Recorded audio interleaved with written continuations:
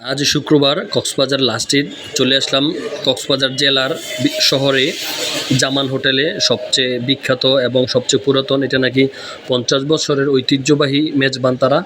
তাদের রেস্টুরেন্টটা খুবই নামকরা। দুপুরে এত ভিড় থাকে বলার বাইরে। আমরা গিয়েছিলাম দুপুরে লাঞ্চ করার জন্য, সিরিয়ালই পাচ্ছি না। পরে কোনো রকম একটি জায়গাতে আমরা সিরিয়াল পাইলাম।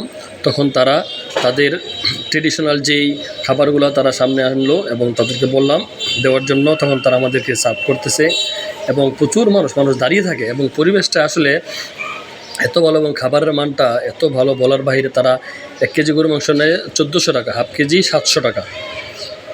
এবং তাদের প্লেট সার্ভ করার জন্য গরম পানি, লবণ ও লেবু দেয়, এটা যাতে প্লেটটা সার্ভ করা যায়। এটা নাকি তাদের ট্রেডিশনাল এবং তাদের ঐতিহ্য এভাবে শুরু করে। আর এই যে উনি হচ্ছে জামান হোটেলের মালিক, উনি এখানে নাকি এখন নেই।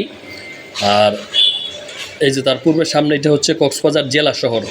জেলা শহরে জামান হোটেল বললেই সবাই চেনে এবং এটা নামকরা এবং ঐতিহ্যবাহী। তো খাওয়া দাওয়া শেষে আমরা চলে আসতেছি। আর এটা হচ্ছে কক্সবাজার জেলা শহর থেকে বের হওয়ার সময় যে রাস্তাটা, এই রাস্তাটা খুব নিরিবিলি এবং ফাঁকা। এখানে কোনো যানজট থাকে না, ট্রাফিক সিস্টেম খুবই ভালো এবং রাস্তার ভিতরে চলাফেরা করাটাও খুব ভালো। আশেপাশে যে হোটেলগুলো দেখা যায় এবং জেলা শহরের সৌন্দর্যটা আসলে অন্যরকমভাবে উপভোগ করা যায়। কক্সবাজার জেলা শহরটা মোটামুটি পরিষ্কার পরিচ্ছন্ন এবং গভর্নমেন্ট এখানে পর্যটকদের জন্য বিভিন্ন ভালো সুযোগ সুবিধা করে দিয়েছেন, যাতে পর্যটক ভালোভাবে আসতে পারে এবং যাইতে পারে। কিন্তু এখানে যে গাড়ি ভাড়াগুলা লোকগুলা তারা একটু দাম বেশি নেয় এবং তাদেরকে তারা পর্যটক পাইলে মনে করে যে কী যেন পাইছে, সেজন্য তারা সব কিছু বেশি রাখে।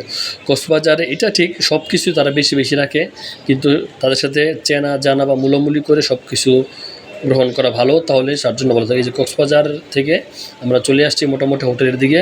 সবাইকে ধন্যবাদ, জামান হোটেলকেও ধন্যবাদ।